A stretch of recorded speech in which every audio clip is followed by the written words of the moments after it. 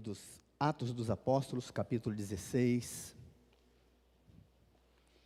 Agora a gente já está podendo sentar aí mais perto, aí, a gente já pode até compartilhar a Bíblia com quem está perto. A gente passou tanto tempo sem poder falar isso, né? Atos, capítulo 16, o versículo 26.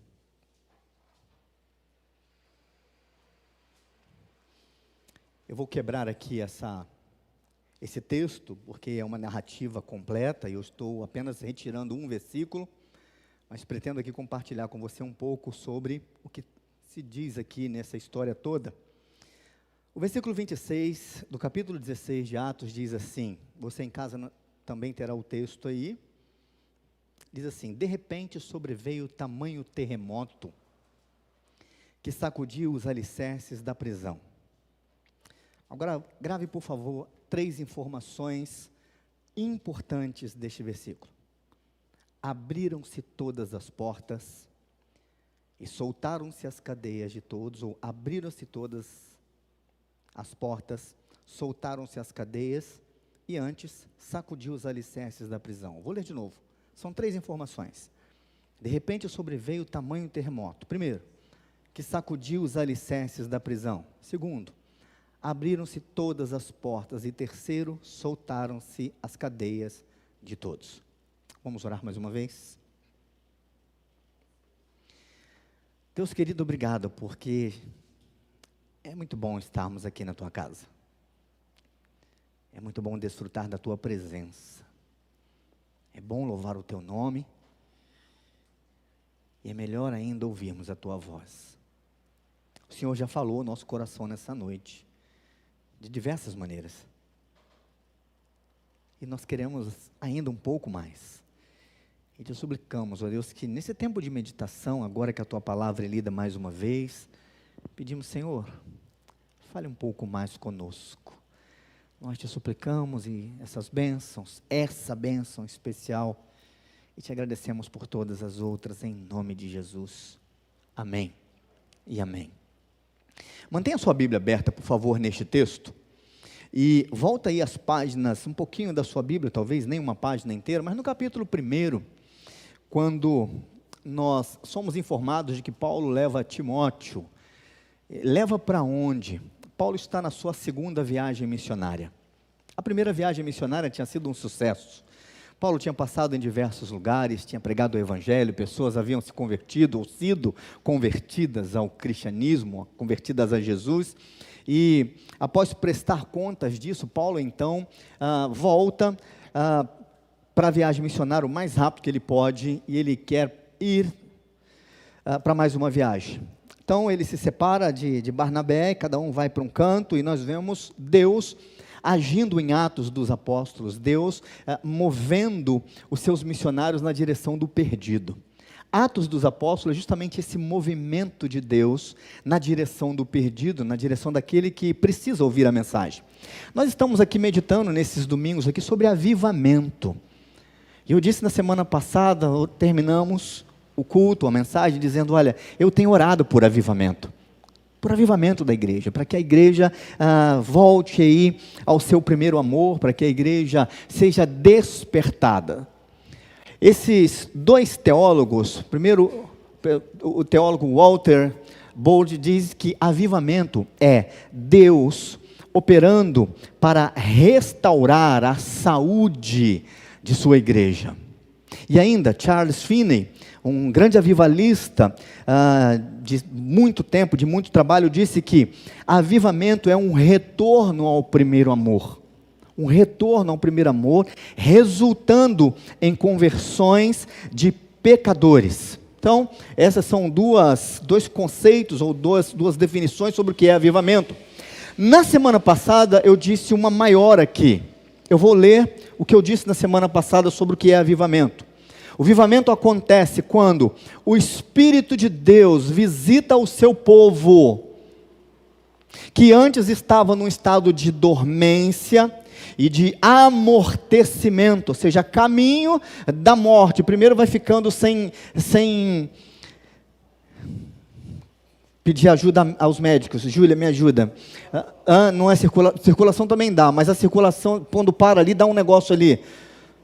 Eu perco a dormência, eu perco a sensibilidade. É isso, Júlia? Pode falar aqui, isso não é besteira não? Dá. Depois qualquer coisa vocês perguntam a Júlia que ela fala direito, gente, sobre isso. Mas enfim, é essa ideia de amortecimento, ou seja, a igreja vai perdendo a sua sensibilidade com o que está acontecendo dentro dela mesmo e também ao redor dela. Então, o avivamento acontece quando o Espírito de Deus visita o seu povo, que antes estava num estado de dormência, de amortecimento, trazendo uma nova vida, trazendo renovação, trazendo ânimo espiritual, trazendo iluminação, clareza de pensamento, desejo de mais amor, desejo de maior santidade, de maior apego à palavra de Deus, de paixão por fazer a vontade de Deus neste mundo. Isso são questões relacionadas ao avivamento. Quando o avivamento acontece, ou seja, quando Deus visita o seu povo para promover nele o avivamento, nós vamos experimentar certamente dessas coisas. E nós, embora nós no Brasil não tenhamos visto o avivamento em massa na nossa nação, é possível nós sabermos e percebermos o avivamento acontecendo em comunidades, pequenas comunidades, em pessoas. Temos visto pessoas mudando de vida, pessoas entrando nisso daqui, adquirido um novo estado, renovação, ânimo espiritual, iluminação, paixão pela mensagem de Deus, paixão pelo Evangelho, paixão por Jesus, uma redescoberta por Jesus. Então tudo isso tem a ver com avivamento, pois Deus vai assim transformando as pessoas ao nosso redor e do jeito que Ele quer. Esse texto de Paulo aqui, ele mostra uma curiosidade sobre Paulo. Por onde Paulo passa, duas coisas acontecem, gente. Ou avivamento ou tumulto. A gente pode olhar as histórias do apóstolo Paulo, por onde ele passa, ou acontece conversão, avivamento, ou acontece tumulto. Curiosamente, o avivamento acontece nos lugares mais estranhos possíveis. Este aqui, por exemplo, acontece na cadeia. O texto que nós lemos, versículo 26, acontece na cadeia. Vai acontecer algo grandioso aqui na cadeia. E Paulo, então, vive essas coisas. Acontece na cadeia, no meio da rua, nas praças. Paulo prega o evangelho, as pessoas se convertem, mas também os tumultos acontecem principalmente nas sinagogas. Ou seja, geralmente o tumulto acontece em lugares estranhos, incomuns, mas o avivamento acontece em lugares incomuns e os tumultos acontecem nas igrejas, por onde o apóstolo Paulo passa. Isso não é curioso? De certa forma, não é curioso. É isso, é Deus movendo a sua própria igreja. O texto fala de um avivamento incomum, lugar incomum e com desfecho incomum. São questões aqui interessantíssimas da gente pensar.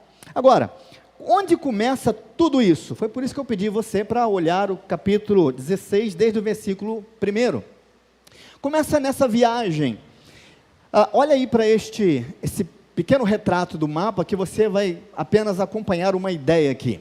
Esses versículos 8 e 9 diz assim, Paulo explicando, à luz, ou pelo menos Lucas registrando o que tinha acontecido.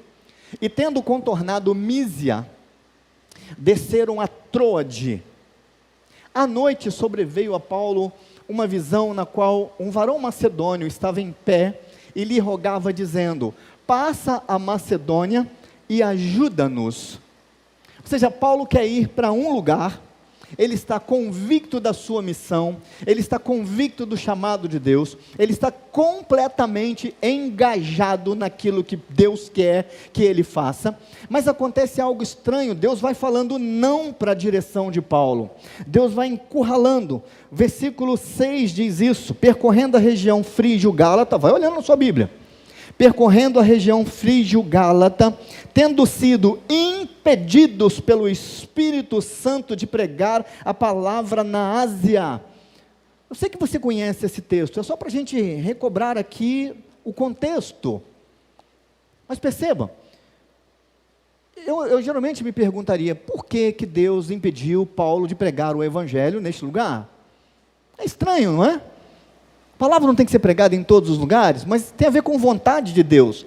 Nós falamos hoje aqui cedo, o Vandinho dando aula na escola dominical, falamos aqui, e alguém falou sobre a soberania de Deus, acho que foi Elaine que participou da lição falando sobre isso.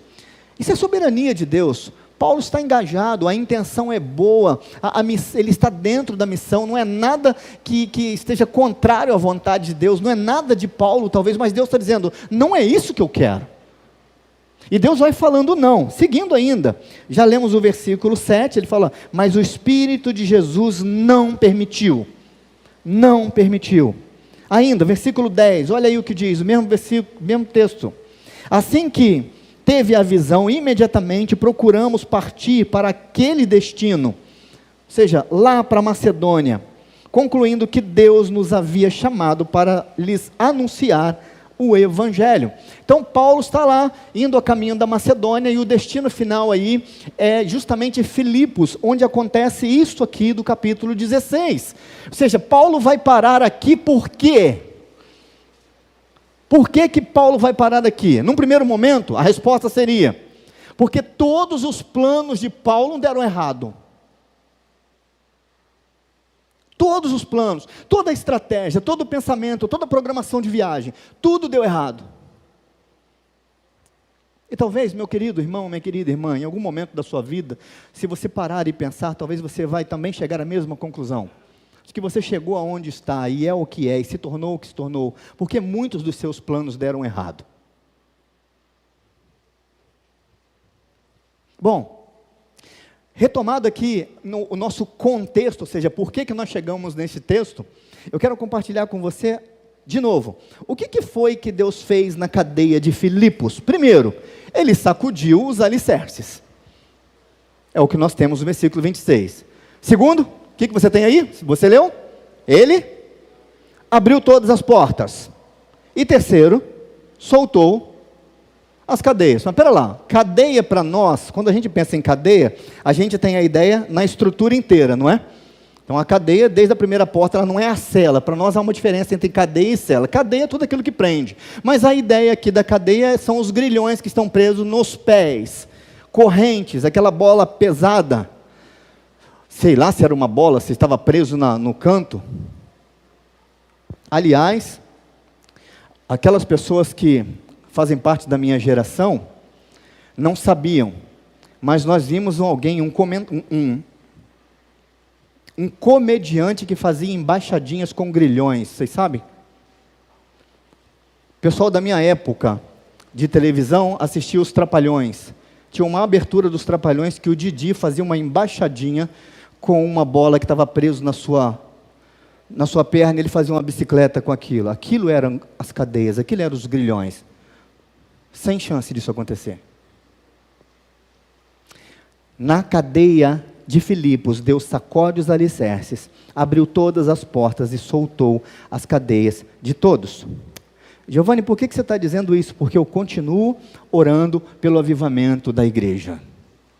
E eu quero sair daqui apenas novamente com um convite para você, para que você ore comigo, se junte a mim nesse tempo que temos juntos, para orarmos por avivamento da igreja. Tá, mas aonde isso vai nos levar? Se eu fosse de fato aqui escolher um tema para a nossa mensagem dessa noite, ela seria o avivamento que nós precisamos. Qual é o avivamento que nós precisamos? Porque diante de tudo aquilo ali, daquelas possíveis interpretações, os conceitos acerca do que é avivamento, que tipo de avivamento eu preciso? Que tipo de avivamento você precisa, na sua casa, na sua vida? Qual é o avivamento que você precisa? Ou em qual área? Então, está aqui, eu quero compartilhar com você, de uma forma geral, qual é o avivamento que nós precisamos. E eu vou partir da seguinte premissa: o avivamento que nós precisamos, ou neste avivamento que nós precisamos, Deus pode fazer algumas coisas. E a primeira delas, Deus pode sacudir os alicerces da nossa vida. E eu vou usar aqui uma linguagem muito simbólica, tá? Muito simbólica de tudo isso, para a gente pensar um pouco sobre esses alicerces. ou sobre toda essa mensagem. Primeiro, quais são os alicerces da vida humana? O que é alicerce? Nós sabemos, o alicerce, né, é aquilo que sustenta a casa, é aquilo que sustenta a edificação. Se a parede está firme, né, nós temos aqui alicerces que sustentam tudo. Antes de começar uma construção, nós pensamos em alicerces, aquilo que vai sustentar, e é tudo muito bem calculado. Então, quais são os alicerces da vida humana? O que sustenta a nossa vida? Embora nós cristãos falemos e declaremos sempre que Deus é o alicerce da nossa vida, mas o que de fato? Quais são as implicações disso? Quando nós falamos que é Deus quem sustenta os nossos relacionamentos, o nosso casamento, o nosso namoro, o nosso noivado, o que isso impacta? De que maneira isso de fato é verdade em nossas vidas? Em Jesus nós descobrimos uma coisa. Em Jesus nós descobrimos que tudo aquilo que nós nos agarramos, nos apegamos como se fossem os alicerces da nossa vida, em algum momento eles vão nos deixar na mão. Nós descobrimos isso em Jesus. Que tudo aquilo que a gente se apega aí na nossa vida inteira, que a gente usa deles como alicerces da nossa vida, nos deixam na mão. Vamos pensar um pouquinho talvez na situação financeira, como alicerces. Não, se a situação financeira bagunçar, bagunça tudo. Mas vez por outro, nós somos atingidos por crises financeiras. Uma onda que começa lá para lá do Pacífico, lá no outro canto do planeta, daí a pouco chega aqui, a gente fala assim, mas a crise que começou não sei aonde, na Ásia, chegou aqui 3 dias depois, e aí? Então a situação financeira é dessa forma, mais cedo ou mais tarde, vai abalar a nossa condição, vai abalar a sociedade à nossa volta, e se a crise, e se a situação financeira, se as nossas finanças forem a base, for o alicerce da nossa vida, vai ruir. Ninguém tem árvore de dinheiro em casa. Ainda, a gente pode pensar na nossa saúde, porque se a gente tiver saúde, já ouvi muito isso, Senhor, dá-nos saúde, porque se eu tiver saúde, eu saio de casa, eu trabalho, eu estudo, eu corro atrás, a gente corre atrás, então é importante Deus que o Senhor nos dê saúde, e é fato, é verdade, é Deus que faz tudo isso acontecer, a gente respira, estou aqui falando, está acontecendo um monte de coisa no meu corpo, eu não tenho controle nenhum sobre o que está acontecendo, e se Deus tirar o olho de mim, em algum instante já era, eu vou ficar aqui, o culto acabou para mim, pelo menos nesse plano. E eu espero que não aconteça isso hoje. Ninguém falou amém. Você espera que essa hora é a deixa do amém. Você fala, não é, Ronaldo? Ninguém quer que eu morra. Então, não, amém. Mas... pois é. Mas a saúde, gente, e vez por outra, nós somos atacados por alguma encrenca da vida. A enfermidade vem. Estou falando nem de pandemia. A enfermidade vem, baixa mesmo de uma hora para outra, acontece, o nosso corpo dá sinais, e principalmente quando você vai passar aí dos 40, 50, gente, vai por mim, muda. Final do culto, Neto, nós vamos ver se a gente ora pelo Samuel, deve estar nos assistindo. Samuel acordou bem de um dia para o outro, de repente travou a coluna, foi parar no hospital, não consegui vir tocar. Falei, Samuel, eu sei o que é isso. É depois dos 50. E pode ser uma questão genética, pode ser deterioração do corpo, pode ser resultado da vida sedentária, má alimentação, consumo de substâncias e comidas que fazem mal, não importa, uma hora vem. Então, nem é aí, nem está sobre a nossa saúde o alicerce da nossa vida. Vamos pensar na fé então? A fé em Deus, então, é o alicerce da nossa vida. Mas se a gente depender e aprender demais, ou depender dessas outras coisas, finanças, saúde, tantas outras coisas, emprego, condição e tudo mais, até mesmo a nossa fé vai ser abalada, porque se ela depender ou se ela estiver relacionada a todas essas coisas, principalmente se a gente cometer o grande erro de separar a vida espiritual da vida comum. Ou seja, não, na minha vida profissional está indo muito bem, a minha vida espiritual não está tão legal assim. Se a gente separa isso, é pior ainda. Se nós não entendermos que a missão nossa e toda a nossa relação com Jesus diz respeito a tudo nosso, que não existe separação entre vida espiritual e vida secular, nós vamos cair nesse risco de ficar toda uma série de coisas que diz respeito à nossa vida de um lado da balança e a nossa fé do outro, tentando aqui equilibrar tudo isso, e na verdade não pode ser assim. Porque mesmo a nossa fé, de uma hora para outra, ela vai parecer que sumiu, porque isso aconteceu com os grandes da Bíblia. Grandes da Bíblia. E às vezes a nossa fé entra no estágio de desmoronamento. Isso é terrível. Então nós conhecemos Jesus e percebemos nele uma confiança no Pai. E mesmo nos momentos que pareciam que o Pai tinha abandonado ele, o que ele faz? Ele entrega ao Pai o seu Espírito. Isso é maravilhoso. O exemplo de Cristo até o último instante de sua vida e depois a sua ressurreição ainda e até hoje, nos falando sobre fé, nos ensinando sobre fé. Então em Jesus e no avivamento que ele produz, a nossa fé pode ser abalada, sacudida, provada, balançada, e isso tem que servir para uma coisa: nos aperfeiçoar. Tiago fala sobre isso. Tem que produzir perseverança. É no meio do fogo que isso acontece. É na hora que a vida nos sacode, quando nós somos passados pela peneira, é que nós somos purificados. Foi quando Jesus disse para Pedro: Pedro, olha, Satanás pediu para que você fosse cirandado, e você vai. Você vai. Mas fica tranquilo que eu já orei por você. E quando você sair dessa, você vai se levantar melhor do que isso. Mas passou pela ciranda. Foi cirandado, sacudido. E nós somos assim. Deus usa tribulações para nos aperfeiçoar. Purificação, gente, na história bíblica e em tantas outras coisas até dos nossos dias, só acontece a partir do fogo. Só pelo fogo.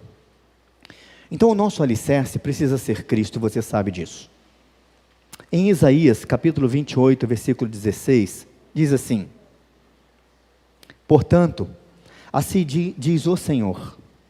Isaías 28, 16, se quiser marcar e anotar.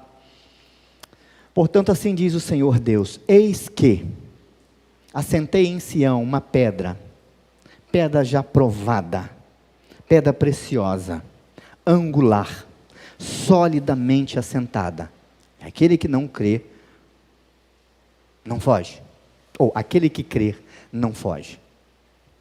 Isaías está falando de algo que vai acontecer, de uma pedra que Deus havia escolhido. Ainda, Paulo, quando escreve aos Efésios, no capítulo 3, versículo 17, ele diz: e assim habite Cristo no vosso coração pela fé, estando vós arraigados e alicerçados em amor. Cristo é o pilar de todo esse alicerce. E quando ele escreve aos Colossenses, lá no capítulo 1, versículo 23, ele diz, mesmo Paulo: se é que permaneceis na fé, alicerçados e firmes, não vos deixando afastar da esperança do evangelho que ouvistes, e que foi pregado a toda criatura debaixo do céu, e do qual eu, Paulo, me tornei ministro. Ele diz, olha, uma série de ensinamentos, se vocês tiverem alicerçados nisso daqui, vocês vão seguir firmes. No avivamento que nós precisamos, Deus pode sacudir os alicerces da nossa vida. Querido, talvez Deus já esteja fazendo isso com você. Mas são os métodos de Deus para visitar o seu povo. Mas também, no avivamento que nós precisamos, quando nós lemos o versículo 26, nós aprendemos que Deus pode abrir as portas dos nossos corações. Mas, Giovanni, eu sou cristão, eu sou evangélico há tanto tempo, eu já disse sim para Jesus, eu já abri a porta do meu coração. A gente aprendeu isso tão pequenininho, nós que crescemos na igreja. Abre a porta do seu coração para Jesus, a gente ensina isso para as crianças, e você pode dizer, mas eu já fiz isso, eu já abri, ok. Deixa eu seguir um pouquinho então com essa ideia aqui, porque olhando primeiro para essa cadeia de Filipos, isso não é uma cadeia qualquer, não é uma cadeia que a turma foge todos os dias. Não é, não se tem menção disso. Pelo menos na Bíblia não tem, a Bíblia não tem ideia de compartilhar isso, não é o princípio da Bíblia. Mas certamente, Império Romano, todo o seu poderio, treinamento militar, a tropa, a guarda pretoriana, muito bem treinada, soldados guerreiros. A gente viu só um exemplozinho quando a gente assistiu lá o filme do Gladiador, um pretoriano. É essa a ideia daquela tropa, é isso aqui, é essa turma que está cuidando dessa prisão. Então não é uma prisão qualquer, não. É uma prisão, é um carcereiro que confia assim, ele está dormindo aqui neste texto, ele está dormindo, eles prendem Paulo, Timóteo, Silas, a turma está então em toda essa expectativa, mas Paulo e Silas cantam na prisão, meia-noite quando acontece isso.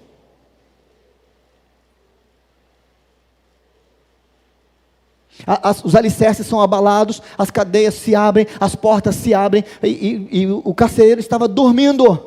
Mas pera lá, que irresponsabilidade, o chefe, não é isso? É confiança excessiva, está tranquilo, as portas estão trancadas, os soldados estão lá, aqui não foge ninguém, aqui é Alcatraz de Roma, fuga impossível, ninguém foge desse lugar, e principalmente por causa de cada soldado, do treinamento e tudo mais. E certamente estavam acostumados a prender gente ruim ali nesse lugar. Mas as portas assim foram abertas.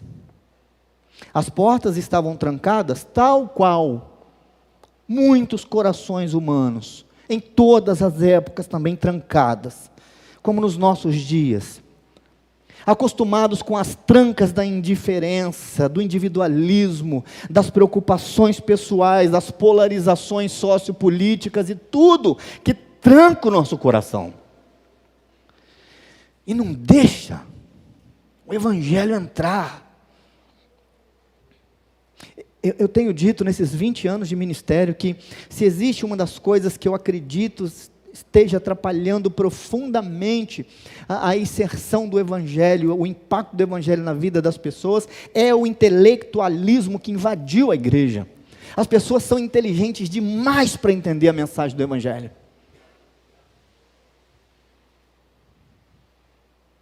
Há inteligência demais para entender que alguém por amor fez algo fantástico, sem querer nada em troca. É difícil entender isso. E as pessoas perguntam, como assim? Assim. Aqui nessa cadeia bastou só um toque de Deus. Acesso geral.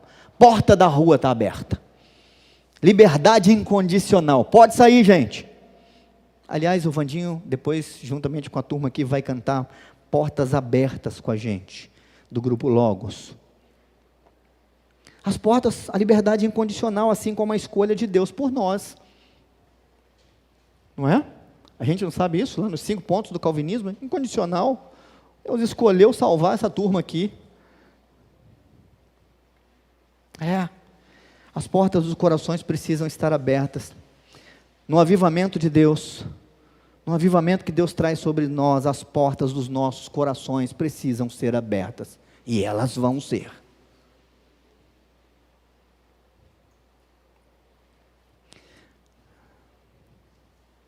Uma ilustração antiga, eu achei aqui algumas outras orientações e mais informações nessa ilustração. Falei, poxa, essa aqui eu quero levar para a minha igreja hoje. Diz assim: a sala estava repleta de convidados, todos curiosos para ver aquela obra de arte, ainda oculta sobre um pano branco. Falava-se que o quadro era lindo. As autoridades do local estavam presentes, entre fotógrafos, jornalistas e outros convidados, porque o pintor era de fato muito famoso.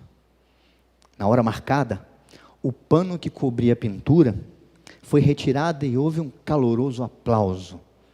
O quadro era realmente impressionante. Tratava-se de uma figura exuberante de Jesus, batendo suavemente na porta de uma casa. O Cristo parecia vivo, tamanha a realidade do quadro. E com o ouvido próximo à porta, ele desejava ouvir se lá dentro alguém respondia. Houve discursos e elogios, e todos admiravam aquela obra refletida de forma tão perfeita. Contudo, um observador curioso, participante daquela noite, achou uma falha grave no quadro. A porta não tinha fechadura. Dirigiu-se ao artista e lhe falou com interesse: a porta que o senhor pintou não tem fechadura. Como é que o visitante poderá abri-la? E ele disse: é assim mesmo. É assim mesmo, a porta representa o coração humano, que só abre pelo lado de dentro. Muitas vezes, mal interpretado, outras tantas desprezado, ou grandemente ignorado pelos homens, o Cristo vem tentando entrar em nossa casa íntima há mais de 2 milênios. Conhecedor do caminho que conduz à felicidade suprema, Jesus continua sendo a visita que permanece do lado de fora dos corações, na tentativa de ouvir se lá dentro alguém responde ao seu chamado. Todavia, muitos de nós o chamamos de mestre, mas não permitimos que ele ensine as verdades da vida. Grande quantidade de cristãos fala que ele é o médico das almas, mas não segue as prescrições dele. Tantos dizem que ele é o irmão maior, mas não permitem que ele coloque a mão nos seus ombros e os conduza por caminhos de luz. Talvez seja por esse motivo que a humanidade se debate em busca de caminhos que conduzem a um lugar nenhum, enquanto Cristo espera que abramos a porta do nosso coração. Nós saímos pelas janelas da ilusão e desperdiçamos as melhores oportunidades de receber esse visitante ilustre, que possa ou que possui a chave que abre as portas da felicidade e da vida que tanto precisamos. E se você não sabe como fazer para abrir a porta do seu coração, comece por fazer pequenos exercícios físicos, estendendo os braços na direção daqueles que necessitam da sua ajuda. Depois, faça uma pequena limpeza na sua casa íntima, jogando para fora os detritos da mágoa, da incompreensão, do orgulho, do ódio, da indiferença. Em seguida, busque conhecer a proposta de vida do homem de Nazaré. E assim, quando você menos esperar, ele já estará dentro do seu coração, como convidado de honra, para guiar os seus passos na direção da luz, da felicidade e da vida, que ele propôs para nós, e que mesmo sem saber, nós tanto desejamos.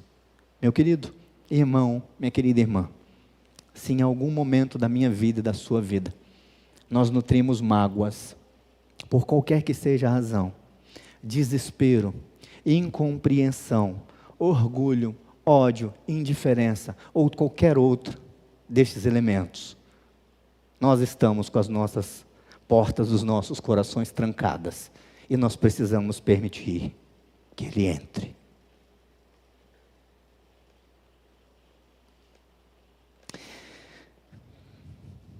O que Deus fez na prisão de Filipos, a última frase, ele solta as cadeias. Mas eu vou me aproveitar aqui desta metáfora para falar das cadeias do pecado. Vocês sabem que nestes últimos anos eu tenho estudado um pouquinho mais, para tentar adquirir ferramentas e ajudar a igreja no seu dia a dia, e principalmente nas minhas tarefas como pastor.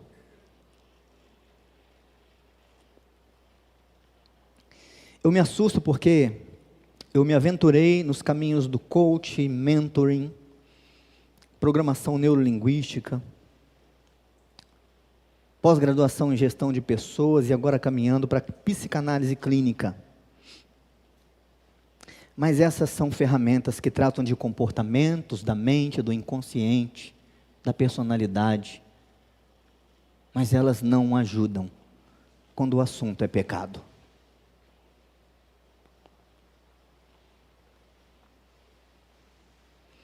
Nenhuma das logias, achismos e tendências humanas nos livram do pecado. São as cadeias que nos prendem. Pecado só é vencido primeiro pela manifestação curadora de Cristo, quando somos tocados pelo Espírito Santo e quando nós somos movidos por esse Espírito em arrependimento. Que as pessoas não sabem que o pecado influencia todo o resto. Tenho ao longo desses anos atendido pessoas doentes, mentalmente, psicologicamente, mas a causa principal está em algum pecado. Não são pecados simples, são pecados que nos acompanham, são inclinações da nossa própria vida. E curiosamente, pastor, isso não é verdade? Pecado mexe com o corpo? Abra sua Bíblia no Salmo 32.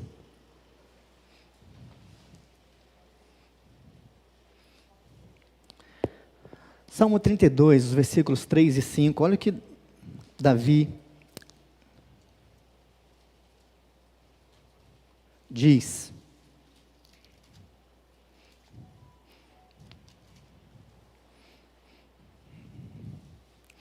Enquanto calei os meus pecados, ou seja, enquanto eu fiz de conta que eles não existem na minha vida, envelheceram os meus ossos, pelos meus constantes gemidos, todo dia. Porque a tua mão pesava dia e noite sobre mim, e o meu vigor se tornou em sequidão de estio. Davi está dizendo que ele foi minguando, seu corpo foi sendo enfraquecido, foi secando. Sequidão de estio, terra sem chuva. E Davi diz que isso acontecia durante o tempo em que ele calava, em que ele escondia o seu pecado, e ele fazia de conta que esse pecado não existia. Versículo 5, olha a cura de Davi. Confessei-te o meu pecado, e a minha iniquidade não mais ocultei. Disse, confessarei ao Senhor as minhas transgressões, e tu perdoaste a iniquidade do meu pecado. Olha os versículos 10 e 11. O Senhor frustra os desígnios, muito sofrimento terá de curtir o ímpio, mas o que confia no Senhor, a misericórdia o assistirá. Misericórdia é Deus se encontrando conosco na nossa miséria, no meio de uma vida de pecados que fazem adoecer o corpo. A experiência de Davi. Davi não está escrevendo um compêndio teológico para deixar para que as pessoas lessem e estudassem no final. Davi está falando da sua experiência, do que ele viveu. Ele disse, enquanto eu calei o meu pecado, o meu corpo adoeceu. Percebam isso. Percebam como isso é sério. Percebam por que nós precisamos de avivamento. De algo que vem de Deus, do mover de Deus que vivifica as nossas vidas. Nós precisamos ter os nossos alicerces sacudidos, abalados, para que seja construído sobre o pilar central da nossa história, que é Jesus Cristo. Nós precisamos ter alguém de fato com poder e misericórdia suficiente para, sem forçar a porta do nosso coração, nos permitir e nos fazer abrir as portas do nosso coração, para que Ele possa entrar e fazer a limpeza que precisa ser feita, e a transformação que tanto necessitamos, e só assim, soltar as cadeias do pecado. Lembra, nosso primeiro sermão aqui dessa série falava de Isaías. Isaías está aprisionado no seu pecado. Ele diz, estou perdido porque sou um homem de lábios impuros, habito no meio de um povo de impuros lábios, e os meus olhos viram rei. E Deus imediatamente toma a iniciativa. Eu falei que isso era o evangelho Quando Deus vai na direção, através do anjo de Isaías, vai tocar ali na boca de Isaías e curá-lo do seu pecado. Isso é evangelho, mas isso também é misericórdia. É Deus vindo na direção de Isaías, no meio da sua miséria inteira. E a miséria de Isaías pode ser chamada também de vida com Deus. Aquilo que ele chama de vida com Deus era algo extremamente miserável, porque permitia que ele vivesse como os demais pecadores da sua época.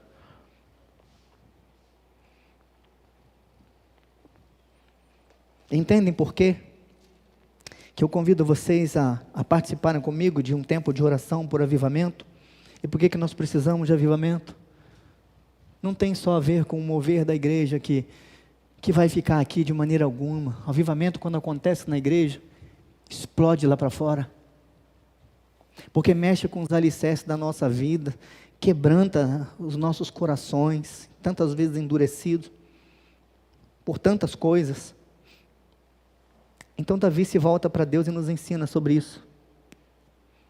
Às vezes as pessoas me perguntam: Giovanni, como é que você lidar com esse monte de ciência que você estuda aí? E a resposta é: essas coisas não me ajudam quando o assunto é pecado.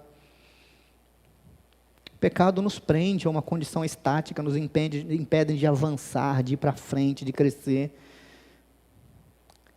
E só o mover de Deus, seja avivamento, para uma fé genuína, no meio da igreja de Cristo, vai fazer a igreja parar de patinar.